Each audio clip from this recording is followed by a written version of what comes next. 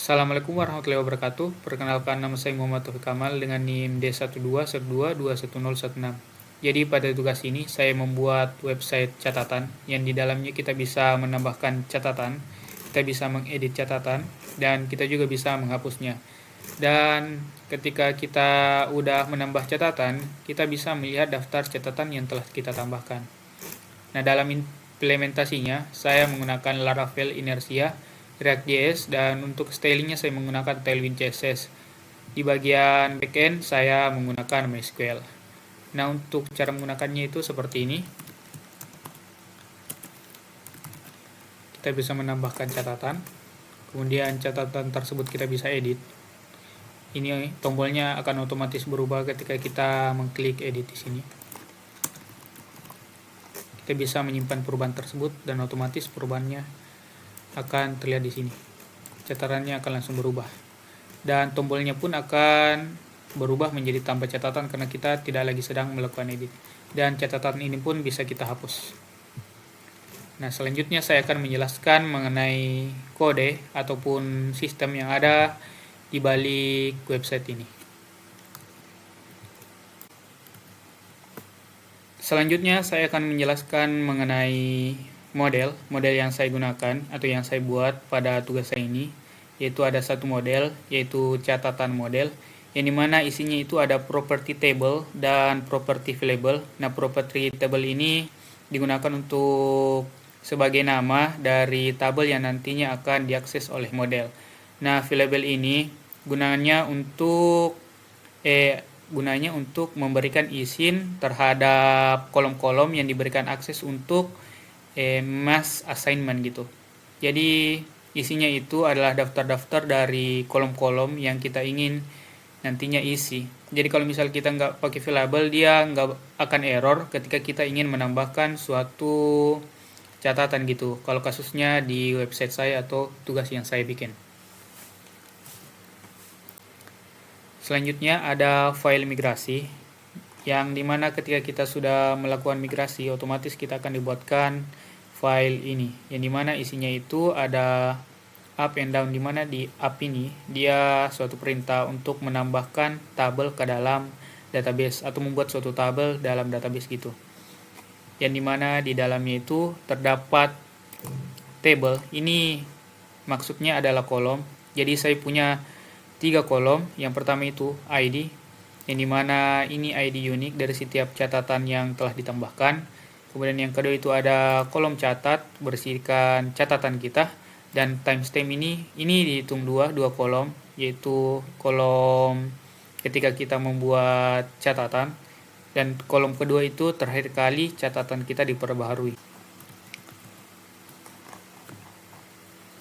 Nah, selanjutnya saya akan menjelaskan mengenai controller yang telah saya buat, catatan controller, di mana di controller ini adalah pusat untuk mengelola data-data. Jadi kita bisa menambahkan, mengupdate, kemudian mengirim ataupun menghapus data yang ada dalam database. Yang pertama itu ada fungsi index. Ini gunanya untuk menampilkan atau mengirim data-data ke satu page. Nah, di sini saya punya variable post yang isinya itu ada catatan-catatan yang telah diurutkan dari yang paling terbaru gitu. Nah, data-data itu kemudian kita kirim ke page catatan yang dirender menggunakan inersia. Nah, selanjutnya ada fungsi store. Ini gunanya untuk membuat data atau menambahkan data ke dalam tabel catatan. Jadi kita validasi dulu. Jadi kita ambil data dari form, kemudian kita validasi. Kalau misal kolom-kolom ada yang kosong, dia bakal mengembalikan error. Nah, kalau tidak ada kosong atau data-datanya semua telah diisi, data tersebut bakal dimasukkan ke variable field. Nah, variable field ini nanti kita akan gunakan untuk menambahkan data ke dalam tabel catatan. Selanjutnya ada update. Ini digunakan untuk melakukan edit. Jadi seperti tadi, kita ambil data dari form, kemudian kita validasi. Kemudian kalau misal semuanya udah terisi dan dia berupa string, data-data tersebut kita akan masukkan ke dalam field, yang dimana field ini kita gunakan untuk mengupdate data yang kita maksud gitu, atau data yang kita ingin update menggunakan metode update. Nah, selanjutnya seperti namanya, destroy atau delete. Jadi kita mengambil objek catatan, semua yang berisi ID dan berisi data-data apapun itu yang bersangkutan dengan ID tersebut, kemudian kita delete menggunakan metode delete. Nah, selanjutnya saya menjelaskan file app.jsx. Nah, di sini isinya ada create inertia app, di mana fungsinya itu akan gunanya untuk menghubungkan Laravel dengan React gitu. Jadi di dalamnya ada resolve. Ini fungsinya untuk mengembalikan page yang diminta oleh Laravel. Jadi misal ada halaman yang diminta oleh server, nah akan dikembalikan menggunakan fungsi resolve ini, di mana kita merender atau memuat segala file-file yang ada di dalam folder page yang ekstensinya itu .jsx. Nah, kemudian ada setup di sini. Ini kita merender segala komponen yang kita butuhkan dalam aplikasi kita.